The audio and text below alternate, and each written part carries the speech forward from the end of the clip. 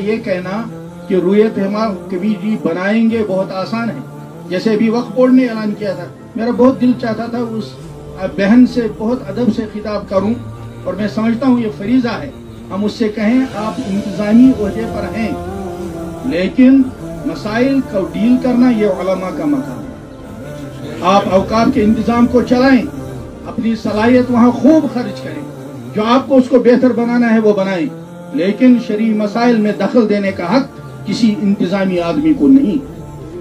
ये मुसलमान मुल्कों में सल्तनत के सरबराह को है, इसलिए उसकी तरफ से जब भी कमेटी का इजलास होता है रुयत हिलाल का किसी भी जगह में किसी जिले में, तो सदर का नुमाइंदा शिरकत करता है और उसको इंतजाम करता है जो मरकजी रुयत हिलाल कमेटी है।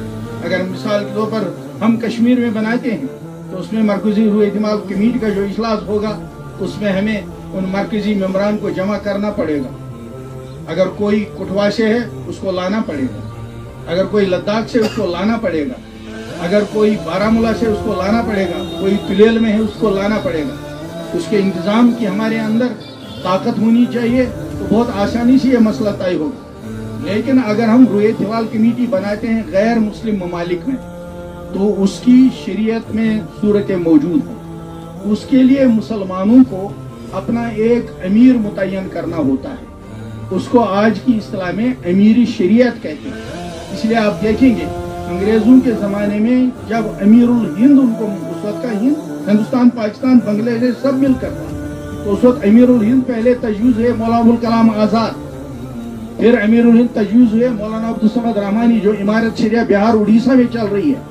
इसी तरह से फिर दिल्ली में अमीरुल हिंद, यहाँ भी कश्मीर में जैसा कैसा हमारे एक अमीर शरीयत गुजरे हजरत मौलाना सैयद मोहम्मद कासिम शाह बुखारी रहमतुल्लाह अलैह, अमीर शरीयत उनको एक दफ़ा बनाया गया, काम चलता रहा। उसके बाद जब फ़िक़ह एकेडमी का इजलास बांडीपुर में हुआ उस वक्त हमने कोशिश की थी कि हजरत मौलाना सैयद अशरफ इंद्रावी रहमतुल्लाह अलैह को हम अमीर तजवीज़ करें, अमीर शरीयत, लेकिन उस वक्त वो बहुत बीमार थे। जब वे वहाँ हाजिर होने लगा, क्योंकि उस वक्त हिंदुस्तान के भी बहुत उलमा यहाँ थे, फुक़हा, और हिंदुस्तान से बाहर के भी थे, हमने चाहा अमीर शरीयत यहाँ रहे, नहीं हुआ।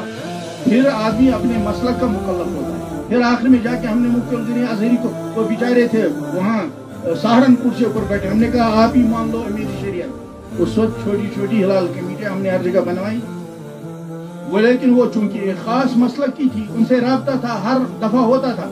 लेकिन यहाँ फैसला चाहे कितनी भी रुयत हिलाल कमेटियाँ बनी, फैसला होता था मुफ्ती आजम के यहाँ से, क्योंकि ये इदारा इस्लामी ज़माने का यहाँ कायम है।